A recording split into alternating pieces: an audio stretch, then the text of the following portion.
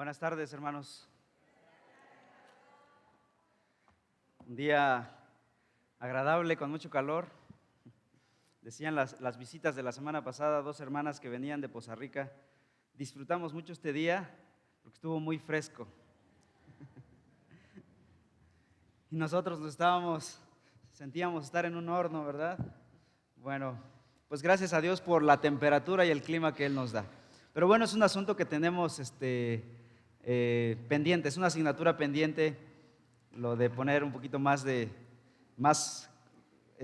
reconfortante nuestro tiempo aquí en el auditorio para escuchar la palabra del Señor. Bien, estamos estudiando Efesios capítulo 4. Hemos dicho que los primeros 3 capítulos de Efesios, Pablo expone el Evangelio desde sus orígenes eternos. El Evangelio no comenzó con Adán, con Abraham, con Moisés o con los apóstoles, sino esto viene desde el corazón de Dios, desde antes de la fundación del mundo. Y dice el capítulo 1, versículo 3 en adelante: bendito sea el Dios y Padre de nuestro Señor Jesucristo, que nos bendijo con toda bendición espiritual en los lugares celestiales en Cristo, según nos escogió en Él. ¿Cuándo? Antes de la fundación del mundo. Esta historia no comenzó en el tiempo, comenzó en la eternidad, antes. Y luego en el capítulo 3, versículo 8, Pablo dice: a mí, y vean cómo se consideraba Pablo, y esto no es una falsa humildad, que soy menos que el más pequeño de todos los santos, me fue dada esta gracia de anunciar entre los gentiles, ¿qué cosa? El evangelio de las inescrutables riquezas de Cristo. ¿Qué evangelio? Este que viene desde la eternidad. Pablo se siente anonadado, dice: yo fui comisionado para predicar estas noticias gloriosas que vienen desde la eternidad. No es una religión humana creada por orientales, creada por africanos, por latinos, por europeos. Esta es la obra de Dios, este es el plan de Dios para redimir a los hombres. Y luego Pablo en el capítulo 4 dice en el versículo 1, yo pues, y pues conecta todo lo que ha dicho en el capítulo del 1 al 3 con el siguiente bloque, capítulos 4 al 6. Es una conexión. Si esta es la verdad, si este es el evangelio, dice Pablo, os ruego que andéis como es digno de la vocación con que fuisteis llamados. ¿A qué vocación fuimos llamados? A ser hijos de Dios y ser parte de esta nueva comunidad, la iglesia de Cristo Jesús. ¿Cómo viven los que son parte de esta nueva comunidad de la iglesia de Cristo Jesús? Y empieza toda la descripción, versículo 2, con toda humildad. ¿Cómo viven? Con toda humildad y mansedumbre, soportándoos con paciencia los unos a los otros en amor, solícitos en guardar la unidad del Espíritu en el vínculo de la paz, etcétera, etcétera, etcétera. Es como un martillo que está martillando en el lugar exacto, ahí está martillando, dando los golpes necesarios. Y luego, el siguiente párrafo, versículos 17 en adelante: esto pues digo y requiero en el Señor, que ya no andéis. En el versículo 1 dijo que andéis. Versículo 17, que ya no andéis. Y es que en la primera sección dice que debemos andar como hijos de Dios, viviendo en esta nueva comunidad. Y en el segundo bloque va a decir, no andéis como los otros gentiles, dice el versículo 17. ¿Por qué razón? Porque ellos andan en la vanidad de su mente, en el versículo 17. Y ahí nos encontramos, y este día prometo terminar el capítulo 4. Vamos a terminar el capítulo 4, versículos 25 en adelante. Vamos a orar. Padre, en esta hora pedimos tu dirección, pedimos tu sabiduría para escudriñar tu palabra. Gracias por este tesoro que tenemos en vasos de barro, la palabra, el evangelio de nuestro Señor Jesucristo. Danos la gracia para poder estudiar esta maravillosa palabra. Edifícanos, bendícenos, transforma nuestro corazón. Ayúdanos a amar más a tu Hijo Jesucristo, amar más a tu pueblo, más las misiones, más al necesitado, por medio de tu palabra. En el nombre de Cristo Jesús. Amén. Vamos a ver aquí versículos 25 al 32, principios de una vida nueva. Estamos hablando de que el creyente es una criatura nueva, Es un nuevo hombre, ha sido vestido de un nuevo hombre y vive en una nueva comunidad, en una nueva relación con Dios, y por lo tanto hay nuevos principios para la vida. La única evidencia confiable de que una persona ha sido salva no es que diga: yo fui salvo el 4 de febrero del 2010, ¿no? Y estoy celebrando mi cumpleaños, ¿no? No tengo problemas con aquellos que celebran su cumpleaños espiritual, ¿no? Pero la evidencia más poderosa de que una persona ha sido salva es que vive una relación actual y presente con Cristo Jesús. Porque mucha gente puede celebrar su cumpleaños, pero ahorita estoy tomando unas vacaciones del cristianismo, ¿no? Ahorita estoy en una pausa, ¿no? Ahorita estoy frío, estoy alejado. Lo realmente importante para una vida verdaderamente creyente, cristiana, una persona que ha depositado su fe en Cristo Jesús, es una fe presente, actual y viva. Primera de Juan 2:4 dice: el que dice yo le conozco y no guarda sus mandamientos, tiempo presente, el tal es mentiroso y la verdad no está en él. Como que este versículo tambalea eso de nuestros cumpleaños cristianos, ¿verdad? Es el presente, guarda sus mandamientos. De lo contrario, el tal es mentiroso y la verdad no está en él. Las criaturas nuevas actúan como criaturas nuevas. Segunda de Corintios 5:17 dice: de manera que si alguno está en Cristo, nueva criatura es. Las cosas viejas pasaron, he aquí todas son hechas nuevas. He aquí, en el presente estamos viviendo como criaturas nuevas. Aquí Pablo, en esta sección, versículos 25 al 32, nos va a mostrar varios contrastes en la forma de vivir de la nueva criatura. Va a mostrar que pasamos de mentir a hablar verdad. Va a mostrar que pasamos del enojo a tener ira justa. Va a mostrar que pasamos del robo a la generosidad. Va a mostrar que pasamos de las palabras destructivas a las palabras edificantes. Y finalmente va a mostrar que pasamos de los vicios, que son parte de nuestra naturaleza, a las virtudes sobrenaturales. Entonces, número 1, versículo 25. Pablo dice: por lo cual, desechando la mentira, hablad verdad, cada uno con su prójimo. ¿Por qué? Porque somos miembros los unos de los otros. Número 1, Pablo dice que pasamos de la mentira a hablar verdad. Hay una transformación, hay un cambio. Estamos en ese proceso de cambio, de pasar de la mentira a hablar verdad. Y es que los mentirosos no heredarán el reino de Dios. Apocalipsis 21:8. Pero los cobardes e incrédulos, los abominables y homicidas, los fornicarios y hechiceros, los idólatras y todos los mentirosos tendrán su parte en el lago que arde con fuego y azufre, que es la muerte segunda. La Biblia no se anda con rodeos y dice que los mentirosos no heredarán el reino de Dios. Por un lado, cualquiera puede mentir, hasta un creyente puede mentir.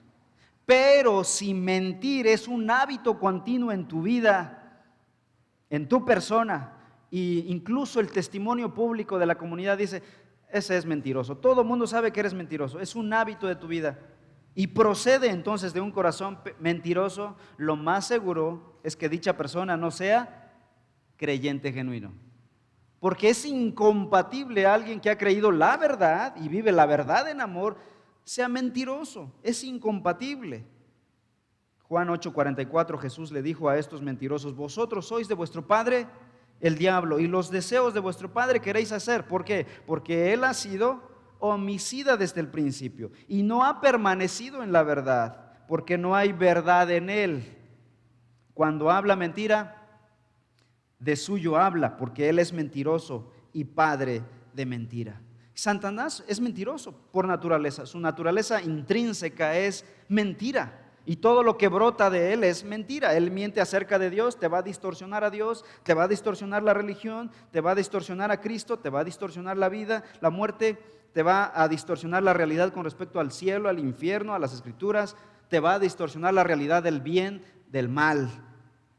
Y todos los aspectos te lo va a distorsionar.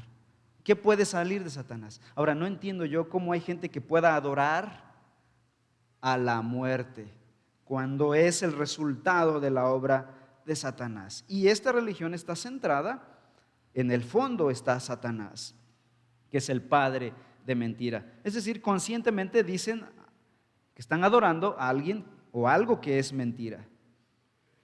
La mentira, por otro lado, abarca más que el simple hecho de decir falsedades. O sea, tú dirás, yo no digo mentiras, no digo cosas falsas. También, escuchen, incluye la exageración y la adición de cosas falsas a la verdad. Dices, no, pero ahí hay algo de verdad, pero ya le agregaste, eso también es mentira. Hace algunos años, un hombre llegó a ser conocido por su testimonio. Llegaba a una iglesia y contaba su testimonio y toda la gente llorando y siendo quebrantados por el testimonio de fulano de tal. De pronto el hombre deja de compartir su testimonio y ya lo invitan y él rehúsa aceptar compartir su testimonio. Después de un tiempo alguien le pregunta y le dice, ¿por qué ya no compartes tu testimonio? Lo que pasa es que con el paso de los años comencé con mi propio testimonio, pasó el tiempo, le fui agregando algo más. Pasaba otro año y le agregaba yo algo más. De tal manera que la historia llegó al final de cuentas a ser otra historia. Y al final yo me di cuenta y sabía que lo que yo decía no era mi caso, no era cierto, era pura exageración. Y hay gente que le encanta exagerarle, ¿no? Estuvo impactante, ¿no? Estuvo muy bonito o muy feo, qué horrible, ¿no? La exageración. Hacer trampa en los exámenes también es mentira. Hacer promesas falsas, traicionar la confianza de otra persona. La adulación se toma de la mentira. Ser adulador, presentar excusas para no hacer las cosas también es mentira. También son formas sutiles de mentira. Y el cristiano que ha creído en Cristo Jesús no debería participar de cualquier clase de mentira. Debemos desechar la mentira, dice Pablo en este versículo. Desechando, pues, dice el versículo 25, la mentira, dice el apóstol Pablo. Porque la mentira es incompatible con nuestra naturaleza nueva en Cristo Jesús. Regresen al versículo 23, ahí mismo en Efesios 4. Renovaos en el espíritu de vuestra mente, dice Pablo, y vestíos del nuevo hombre, creado según Dios. ¿En qué cosa? En la justicia y santidad de la verdad, dice la palabra de Dios. Continuamos en el versículo 25. Una vez echando la mentira, ¿qué debemos hacer? Hablad verdad cada uno con su prójimo. Y decía Jesús en la parábola del samaritano, alguien preguntaba, ¿y quién es mi prójimo? Bueno, tu prójimo es todo ser humano que te rodea. Es tu prójimo. No necesitamos ponerle adjetivos a esto, todo ser humano que te rodea, pero especialmente tus hermanos en la fe. Cuando creemos en Dios, creemos en la verdad, nos volvemos veraces. Por lo tanto, ya no podemos hablar mentira. La mentira se vuelve incompatible con mi nuevo estilo de vida. Y aquí Pablo dice, si esto no es suficiente para alguien y quizá diga, bueno, es que yo lucho con la mentira y quiero un motivo más fuerte para hablar la verdad. Aquí Pablo nos da otro motivo, versículo 25 al final. ¿Por qué? Porque somos miembros los unos de los otros. Esto retoma la ilustración Pablo aquí como si tuviera en su mente Primera de Corintios, cuando usa la ilustración de un cuerpo. Todos somos miembros del mismo cuerpo y en el cuerpo hay la cabeza, los ojos, la boca, las manos, los pies. Todos los miembros del cuerpo son parte del mismo cuerpo. De tal manera que si alguien por hacer maldad a su prójimo dice, bueno, yo quiero dañar, yo soy el corazón, quiero dañar, hacerles un mal a todos los demás que dependen de mí, voy a parar la sangre. ¿Quién va a salir afectado primeramente? El corazón mismo, ¿no? Y después obviamente todos, ¿no? Esto se llama soberbia, ¿no? Por dañar. Hermanos, esta es la ilustración que la Biblia usa para referirse a la iglesia. Somos un cuerpo en Cristo Jesús. Él es la cabeza y los demás somos el resto de los miembros. Y dice Pablo, esta es una razón poderosa para hablar verdad. Somos miembros del cuerpo de Cristo, la iglesia, somos una sola familia y se supone que en familia nos hablamos la verdad. La iglesia, hermanos, no podrá funcionar, no podrá avanzar, no podrá trabajar si sus miembros se ocultan la verdad. No podremos trabajar juntos si no somos honestos. Si hay un equipo de trabajo, hay un ministerio y 5 de ellos están trabajando juntos y uno de ellos es mentiroso, no será efectivo, será afectado, será destruido el trabajo, el ministerio. Alguien dijo por ahí, yo creo que Noé, cuando construyó el arca y metió a todos los animales, tuvo cuidado de un animalito, el pájaro carpintero, y no lo puso cerca de las paredes para no taladrar y así causar su propia ruina, su propio hundimiento. Hermanos, la mentira puede ser un pájaro carpintero que está destruyendo, que está permitiendo que Satanás entre y destruya la iglesia. Por otro lado, no solo es hablar verdad, también necesitamos sabiduría para usar la verdad. ¿Cuándo hablar la verdad? ¿Cómo hablar la verdad? Hay ciertas formas, ciertas características para hablar la verdad. La verdad no es solamente decirla así a secas, crudamente. Se necesitan ciertas cosas, ciertas virtudes que acompañan a la veracidad. En primer lugar, la veracidad implica confidencialidad. Hay verdades que son privadas de las personas. Es verdad, sí, pero no es para divulgarse públicamente y para que lo pongas en redes sociales y después todo mundo sepa. Hay cosas que son confidenciales. Una de las reglas de nuestros GPS es confidencialidad. Hay cosas que podemos compartir con otros hermanos, pero hay cosas que son parte de la vida privada de las personas que solamente podemos compartir en ese grupo de estudio bíblico. No podemos venir a compartir aquí al resto de la iglesia. Necesitamos ser confidentes. Hay pecados, por otro lado, en nuestra vida pasada que simplemente no debemos compartir en el presente, hermanos. Yo he escuchado testimonios de personas que hablan de su pasado y de toda la maldad que hicieron, de todos los pecados aberrantes que cometieron, y pareciera ser que estuvieran más orgullosos de su pasado que de su presente, que de su nueva vida en Cristo Jesús. ¿Sí? Hermanos, necesitamos ser confidenciales. La veracidad también implica prudencia. Es decir, debemos pensar antes de decir las cosas. Hay cosas que tienen su lugar, que tienen su momento y que tienen su ambiente para ser dichas, hermanos. ¿Se dan cuenta que no solo es decir la verdad? Se requiere también de cierta madurez espiritual, cierto tacto cristiano, cierto tacto que da el Espíritu Santo a las personas, ¿no? Algunos se jactan diciendo, es que la verdad duele, tiene que doler. Aquí tenemos que aclarar esto, hermanos. La única verdad que sí duele al pecador y le debe doler es la verdad del Evangelio, la verdad de Cristo Jesús, la verdad de las Escrituras. Pero si yo empiezo a dañar a las personas con mis verdades, ya estoy haciendo las cosas adrede, con alevosía. Y esa no es sabiduría. No estamos, como dice el versículo 23, diciendo la verdad en amor, ¿no? Dice Pablo aquí en este pasaje que hablemos verdad según la verdad en amor. En el versículo 15, perdón, está este versículo. Sino que siguiendo la verdad en amor, crezcamos en todo en aquel que es la cabeza, esto es Cristo Jesús. A veces decimos la verdad con imprudencia, ¿verdad? Y nos tenemos que callar. Sí era verdad, sí quizá tenías que comentarlo, pero no era el momento, no era el lugar, no era la forma. Yo he aconsejado a mis hermanos que tienen alguna dificultad entre ellos a que hablen, que platiquen. Es lo más bíblico, es lo más correcto. Pero espera, ahorita no es el momento. Tienes que primero orar, tomar un tiempo, orar para que Dios haga una cita divina. Porque si tú vas ahorita con ganas de enterrarle la espada y decirle todas sus verdades, no vas a usar la verdad en amor y sabes que no va a funcionar, no va a bendecir. En vez de arreglar las cosas, vas a desbaratar las cosas. ¿Qué hay que hacer entonces?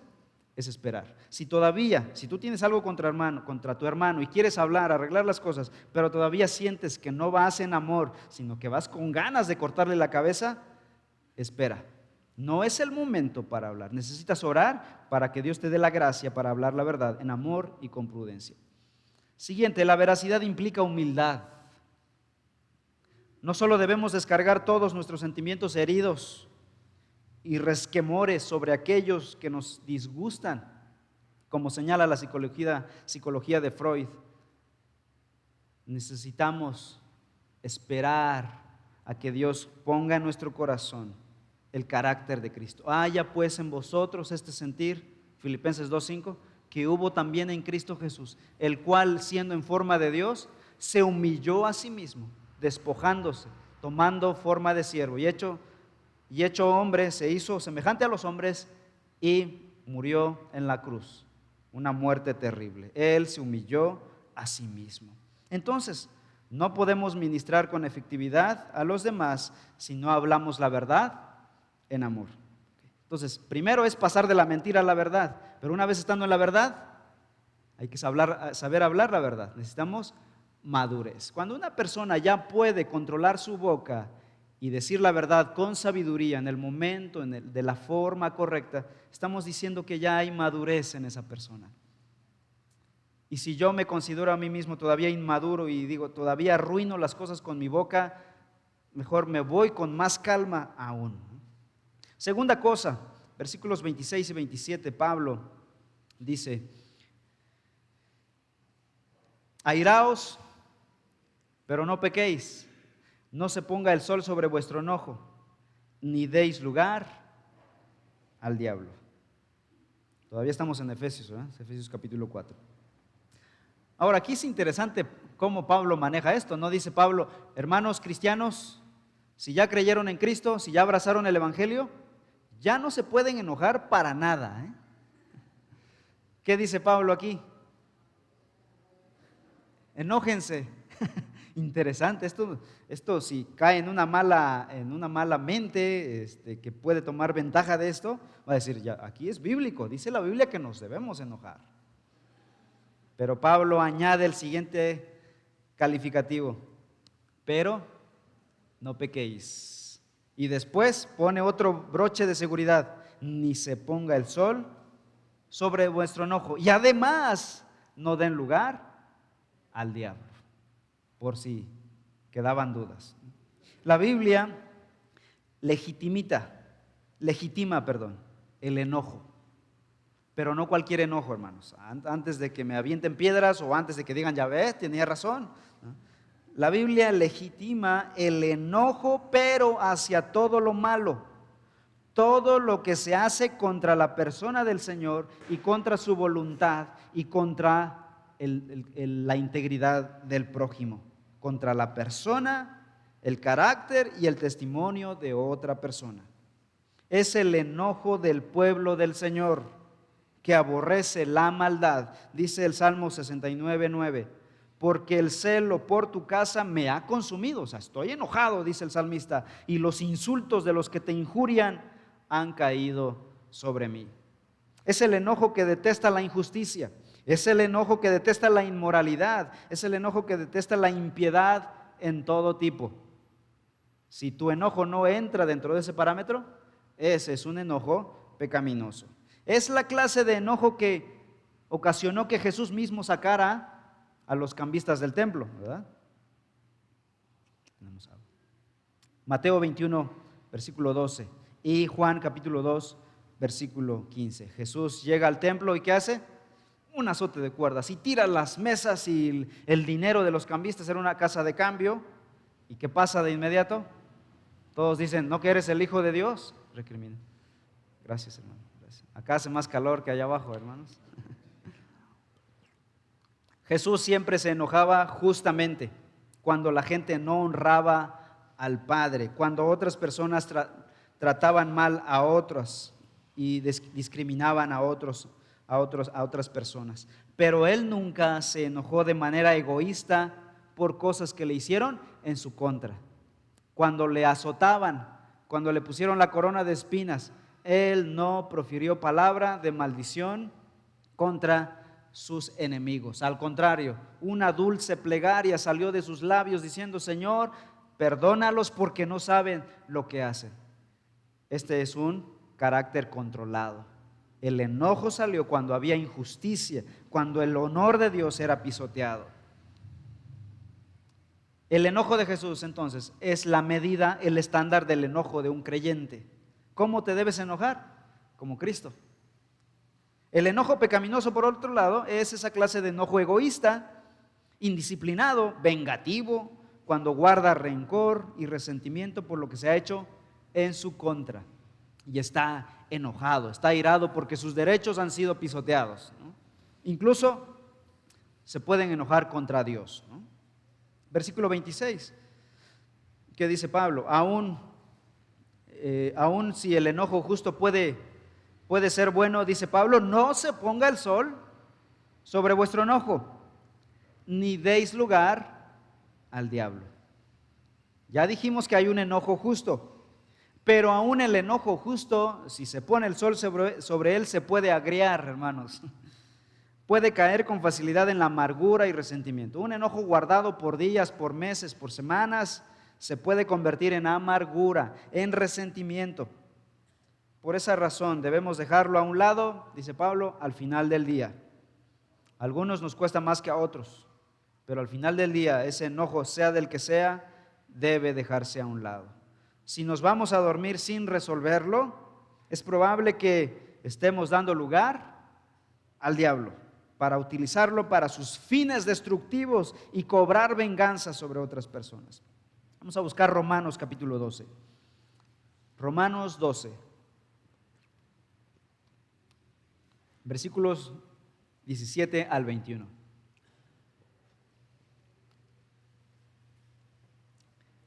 Dice Pablo: no paguéis a nadie mal por mal, procurad lo bueno delante de todos los hombres. Si es posible, en cuanto dependa de vosotros, estad en paz con todos los hombres.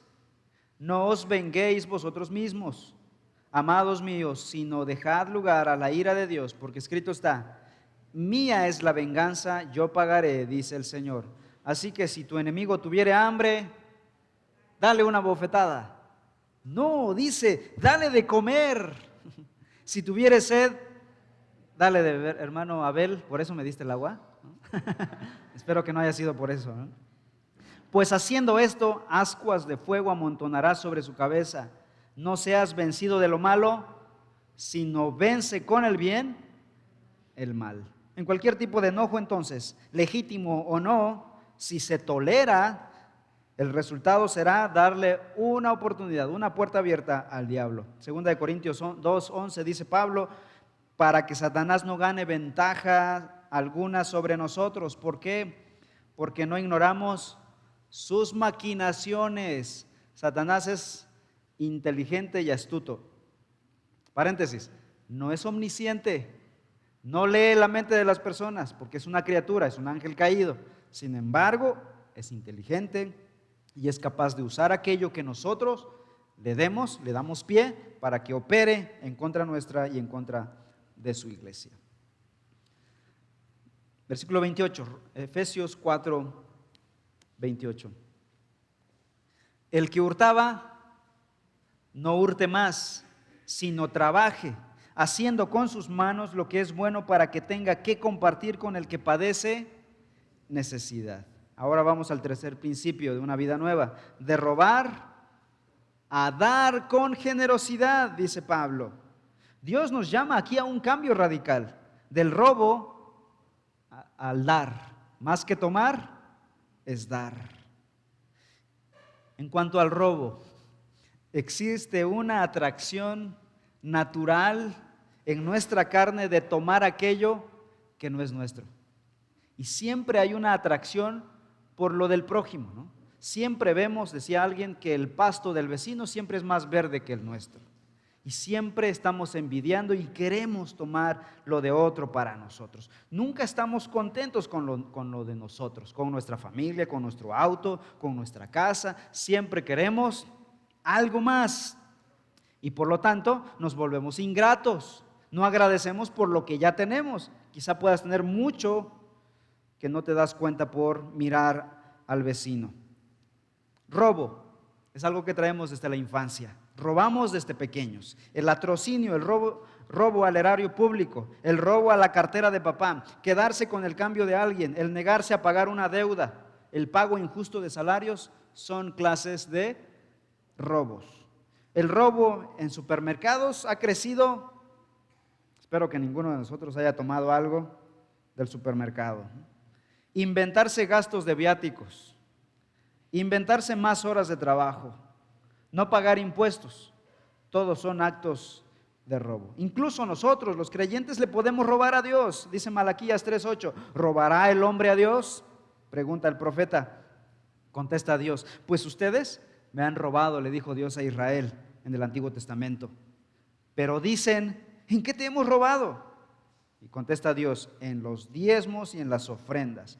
Con maldición están malditos porque ustedes, la nación entera, me están robando. Traigan todo el diezmo al alfolí para que haya alimento en mi casa. Y pónganme ahora a prueba en esto, dice el Señor de los ejércitos, si no les abro las ventanas de los cielos y derramo para ustedes bendición hasta que sobreabunde. Aún el pueblo cristiano puede tomar de lo que deberíamos darle al Señor.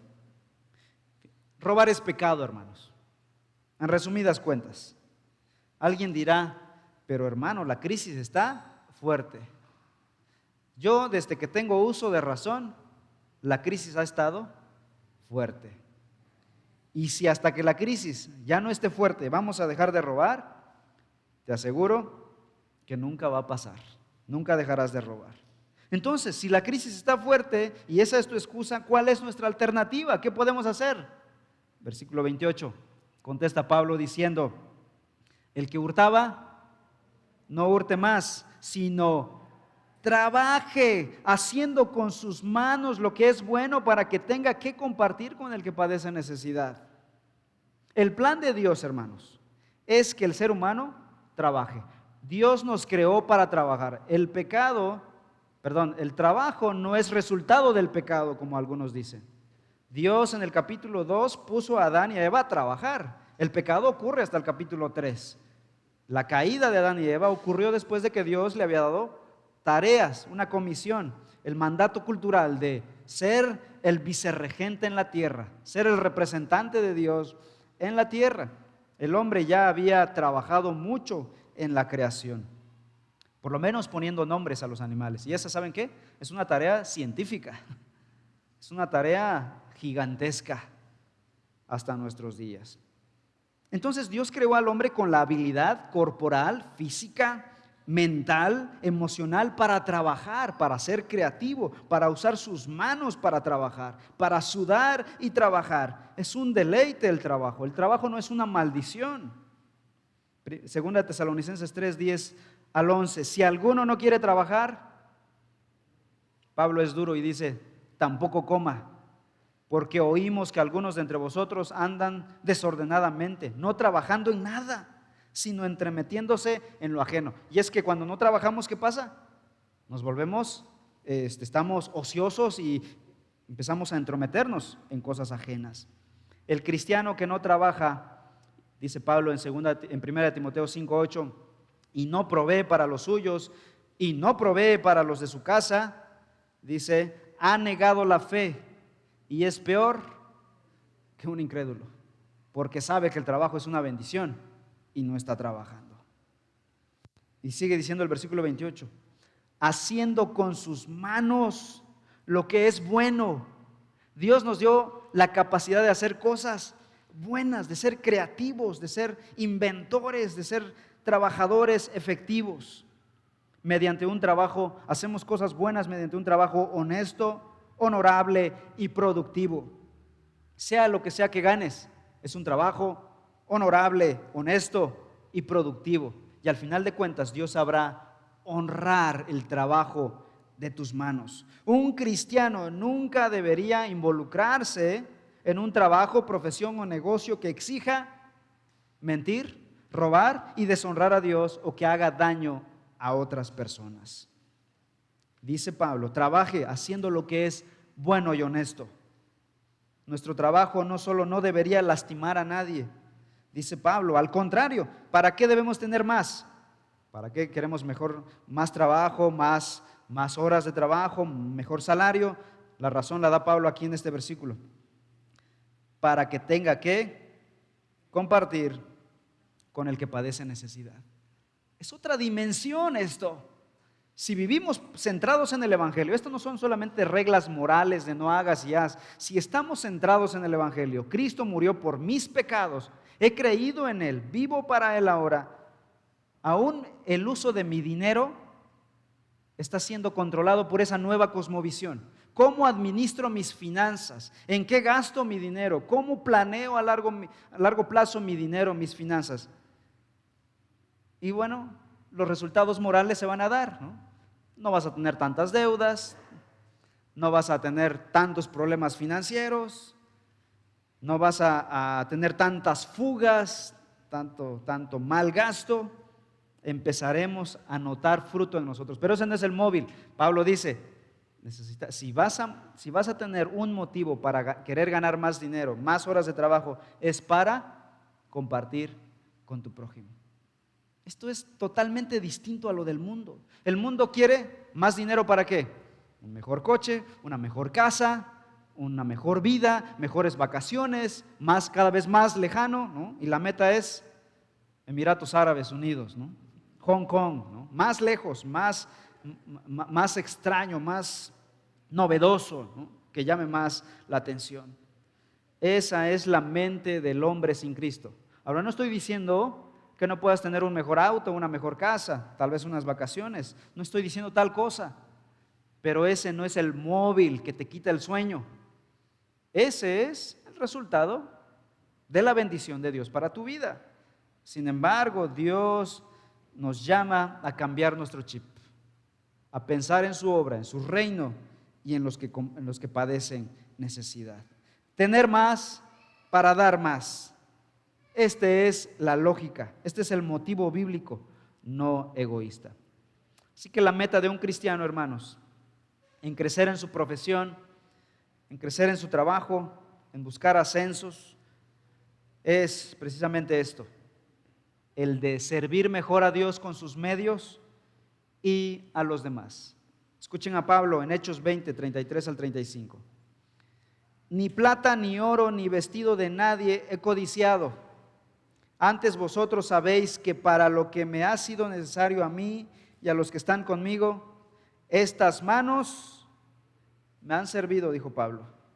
En todo os he enseñado que trabajando así se debe ayudar a los necesitados y recordar las palabras del Señor Jesús que dijo: más bienaventurado es dar que recibir. Palabras del Señor Jesucristo. De robar a dar. Si has creído en Cristo Jesús, deja de robar. Número 4, versículos 29 y 30. Ninguna palabra corrompida salga de vuestra boca, sino la que sea buena para la necesaria edificación, a fin de dar gracia a los oyentes. Y no contristéis al Espíritu Santo de Dios, con el cual fuisteis sellados para el día de la redención. Siguiente principio de un creyente que vive el Evangelio es pasar de palabras corrompidas a palabras edificantes. Dice Pablo, ninguna palabra corrompida. Esta palabra se refiere a algo podrido o contaminado. Se empleaba para aludir a frutas, verduras y alimentos en estado de descomposición. Así que puede haber palabras en estado de descomposición, en pudrición, palabras podridas, los chistes sucios, las groserías, la vulgaridad, el doble sentido y todas las demás formas de lenguaje corrupto nunca deberían salir de nuestros labios. Dice Santiago 3, 6 al 8. Y la lengua es un fuego, un mundo de maldad. La lengua está puesta entre nuestros miembros y contamina todo el cuerpo e inflama la rueda de la creación.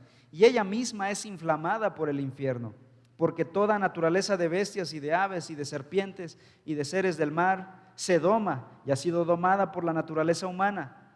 Pero ningún hombre puede domar la lengua, que es un mal que no puede ser refrenado y llena de veneno mortal. La Biblia dice que nosotros no podemos domar la lengua. ¿Por qué razón? ¿Por qué no podemos controlar la lengua?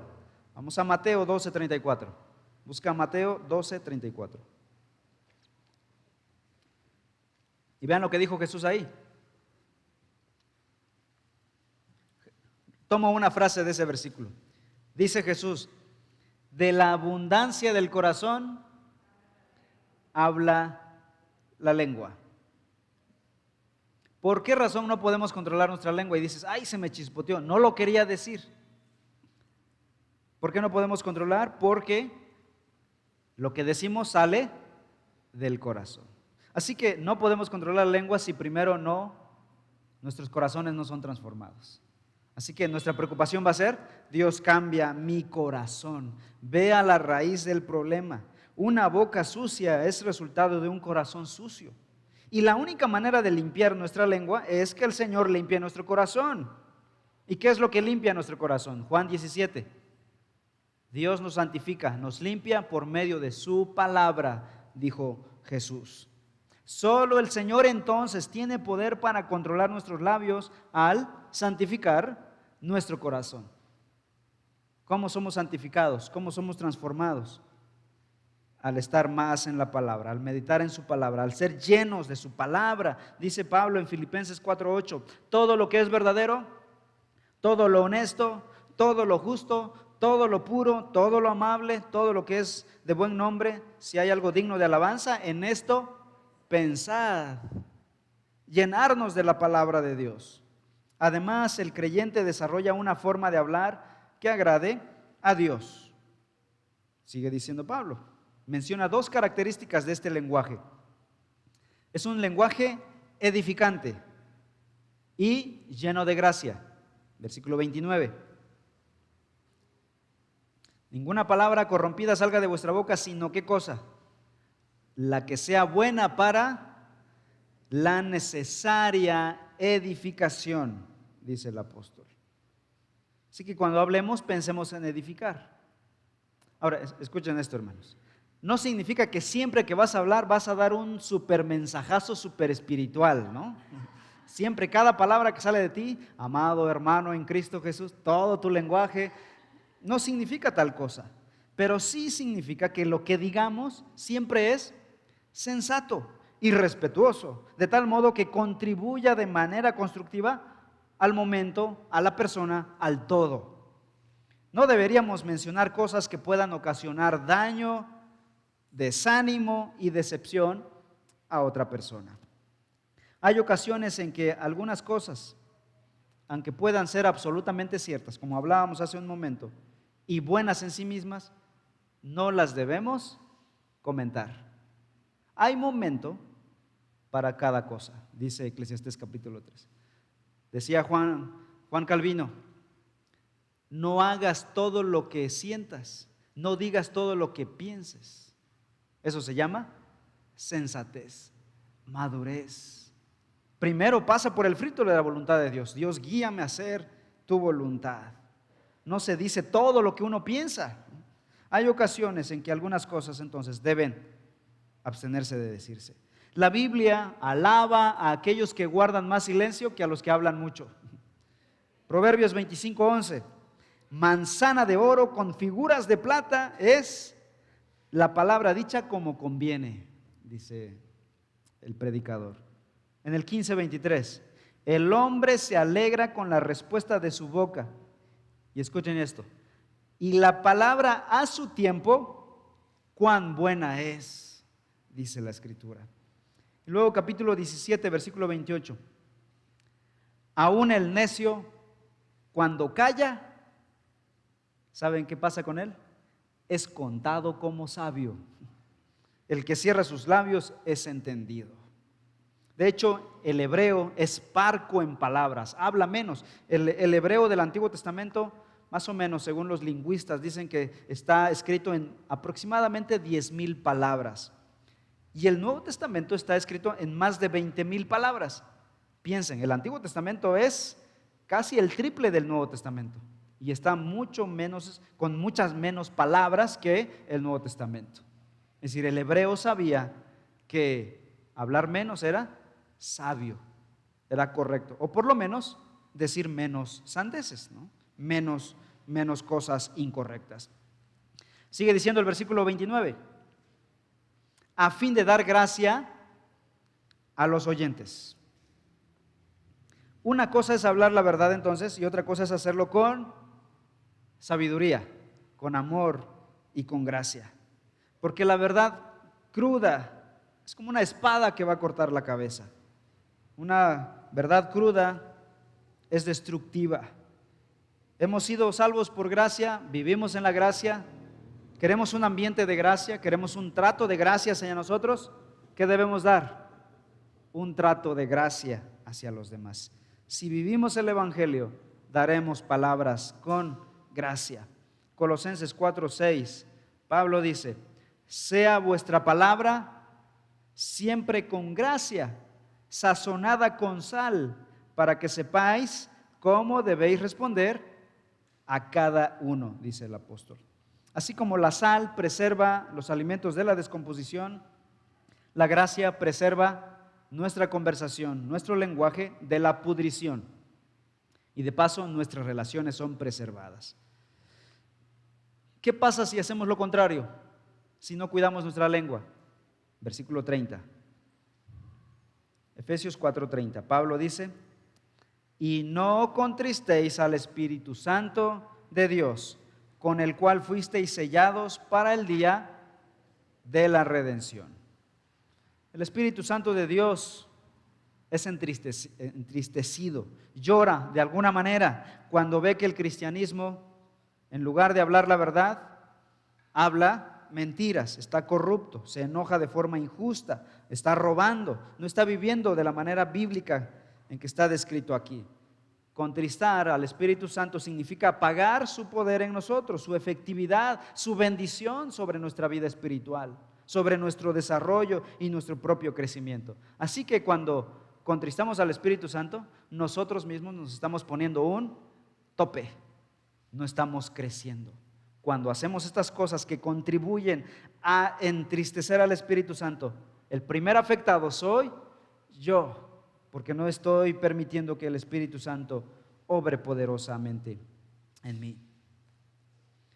Y finalmente, los versículos 31 y 32. Quítense de vosotros toda amargura, dice Pablo, enojo, ira, gritería y maledicencia y toda malicia.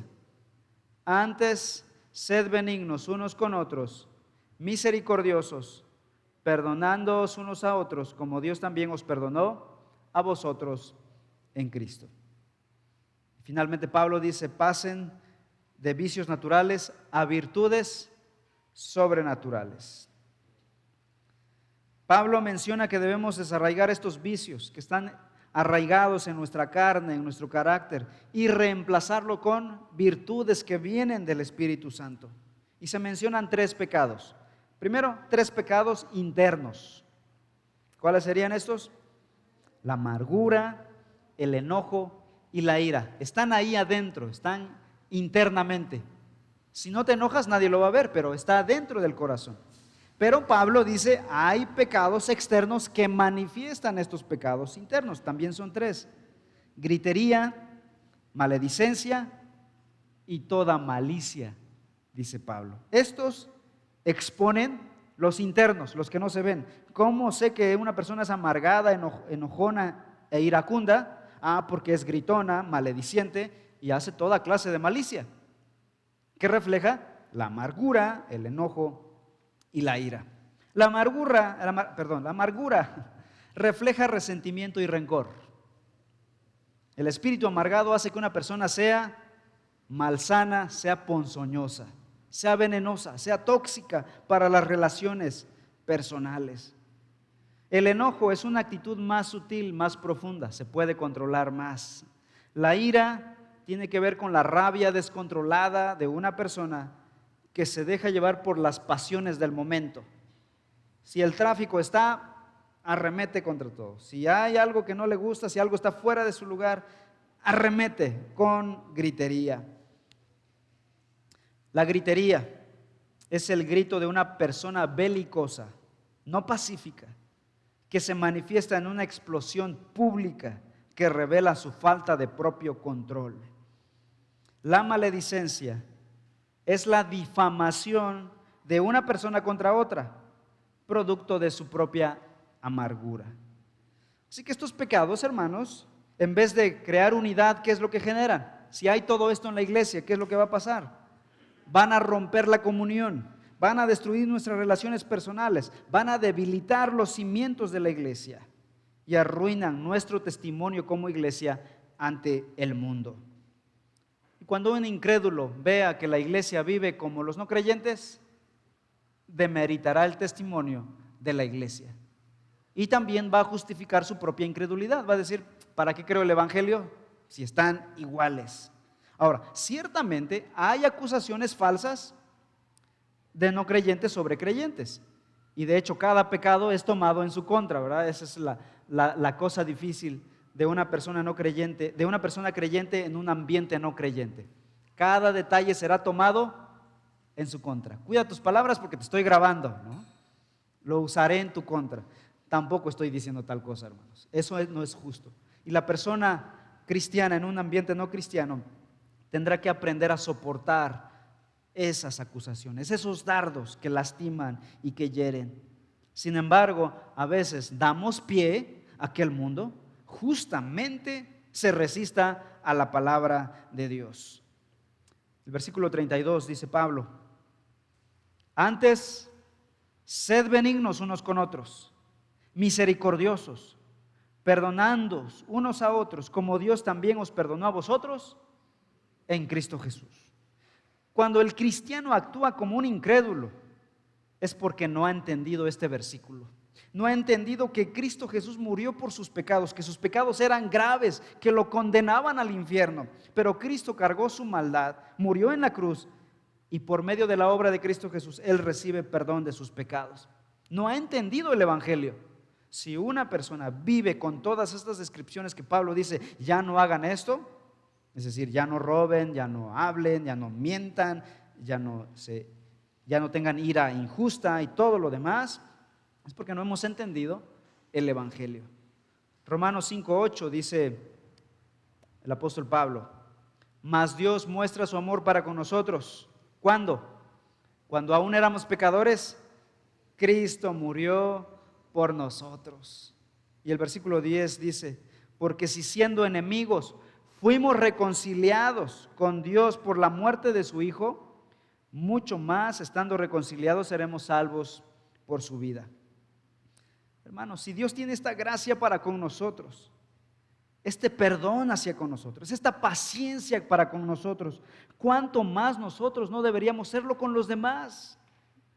Dice Pablo, debemos ser benignos unos con otros, misericordiosos unos con otros, siempre dispuestos a perdonarnos unos a otros. ¿Por qué? Porque Dios a mí así me perdonó. Si fuera por méritos, ¿cuántos de nosotros estaríamos de pie aún después de haber pecado, después de haber fallado? Por sus misericordias no hemos sido consumidos, dice Lamentaciones 3. Y Pablo va a cerrar con esta frase que hace que todas estas cosas no sean simplemente cosas para hacer y no hacer. Va a cerrar con esta frase del Evangelio: así como Dios también nos perdonó a vosotros en Cristo. ¿Acaso podemos nosotros, que hemos sido perdonados tan grandemente, no perdonar cosas pequeñas a nuestro prójimo? Si podemos hacerlo, es porque no hemos entendido el Evangelio de Cristo Jesús. Mateo 18, versículos 21 al 35, cuenta una historia de un hombre que debía 100 denarios. Le debía al rey, y eso de 100 denarios quizá ahorita no tenga significado, pero era un dineral en su tiempo. Y le debía mucho dinero al rey. El rey manda llamarlo y le dice: págame, porque si no te voy a meter a la cárcel, voy a quitar tu propiedad. Y él se puso de rodillas y clamó al rey: perdóname, yo te lo voy a pagar, te lo aseguro. Y el rey, movido a misericordia, le perdonó la deuda. Y cuando salió este hombre de la presencia del rey, se encontró con otro hombre pobre que le debía una cantidad minúscula, unas cuantas monedas a este hombre. Y le dijo: págame o voy contra tu familia. Y dice la Biblia que aquel hombre le rogaba diciendo: perdóname. Y este hombre malvado empezó a maltratarlo y a golpearlo. Y es ahí cuando la Biblia se voltea hacia nosotros y nos dice: ¿cómo es posible que este hombre cuya deuda fue perdonada, una deuda enorme fue perdonada recientemente, ahora está pateando a su prójimo, a un hombre necesitado? Y Jesús dice: esos somos nosotros, porque nuestra deuda ascendía de aquí hasta los cielos. No era una deuda menor. Habíamos ofendido al Rey de Reyes, crucificamos a su Hijo Jesucristo y Él nos perdonó nuestros pecados. Y ahora en el diario vivir tenemos luchas, nos enojamos, discutimos, peleamos o nos ofende. Yo no perdono, y no somos capaces de perdonar. Si pudiéramos perdonar, ¿qué pasaría? ¿Qué pasa cada vez que perdonas? Estamos ilustrando el evangelio de así como Dios nos perdonó, yo perdono, dice la Biblia. Estamos ilustrando el evangelio de Cristo Jesús. Y eso tiene un poder impactante.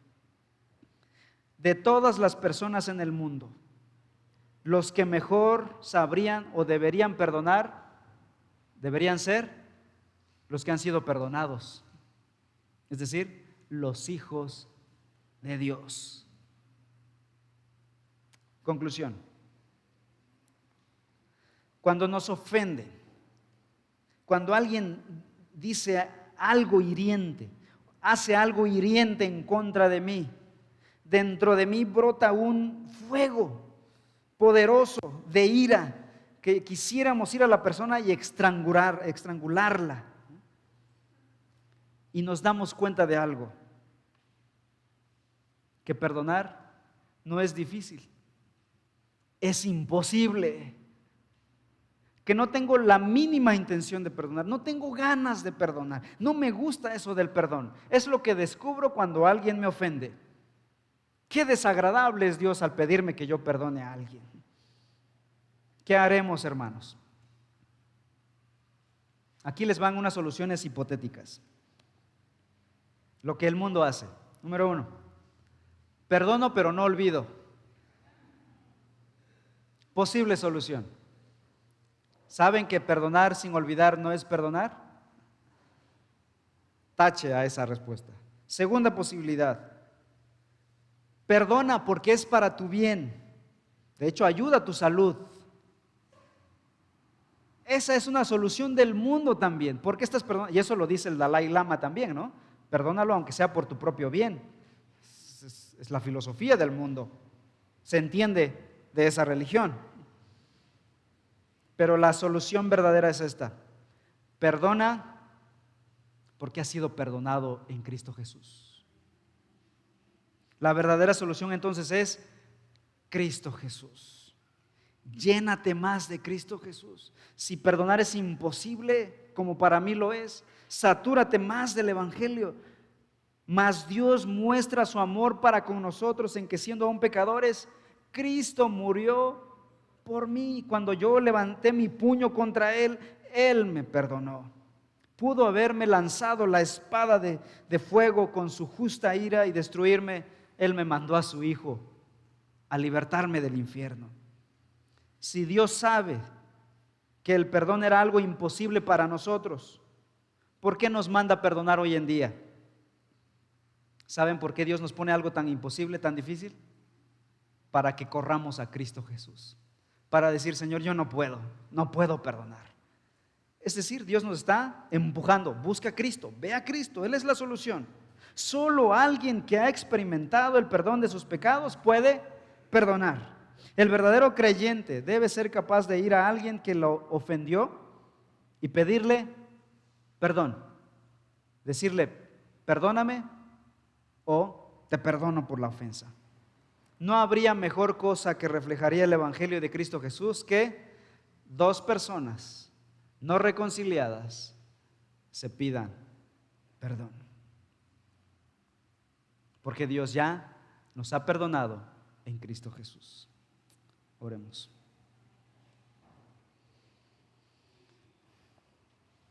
Padre Celestial, en esta hora queremos venir delante de ti porque traemos este pecado, Señor. No podemos perdonar. Nos es difícil, Señor. Nos es imposible, Padre. Nos es fácil pedirle a otras personas que nos pidan perdón. Y nos gusta que nos pidan perdón. Nos gusta señalar el pecado de otros, Señor, pero no nos gusta que nos señalen nuestros pecados, que nos corrijan, que nos enseñen. Y no nos gusta ir y pedir perdón, arrepentirnos y pedir el perdón de alguien más, Señor, porque nos creemos que somos los jueces, nos ponemos en lugar tuyo, Dios, usurpamos tu lugar y creemos que somos muy importantes. No estamos reflejando el Evangelio, Señor. Cada vez que actuamos así, no actuamos como tus hijos, perdonados por la sangre de Cristo. Perdónanos, Señor, perdónanos ese pecado. Te suplico, Señor, que nos ayudes. Ayúdanos a perdonar para reflejar el maravilloso Evangelio de Cristo Jesús. Ayúdanos también a no mentir, a no robar, a ser generosos, Señor. Ayúdanos, Padre Celestial, porque tú has dado a tu Hijo Cristo Jesús de forma generosa. Nos has dado todo en la persona de tu Hijo Jesucristo. Ayúdanos, Señor. Tu nombre sea honrado y tu iglesia sea edificada con tu palabra. Transforma nuestros corazones. En el nombre de Cristo Jesús. Amén.